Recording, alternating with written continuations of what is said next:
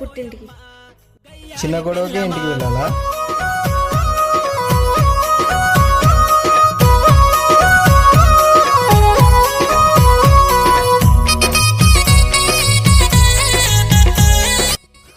వీడేంది ఇంకొస్తలేడు? 10 నిమిషాలు వచ్చాడా సరే, లేదంటే నిజంగానే మా పుట్టింటికి వెళ్ళిపోతా. వచ్చి బండెక్కు, ఎక్కే బండెక్కు. పౌడరు ఊసి పయానమైతది సూరుకు దాసిన సిల్లర డబ్బులే.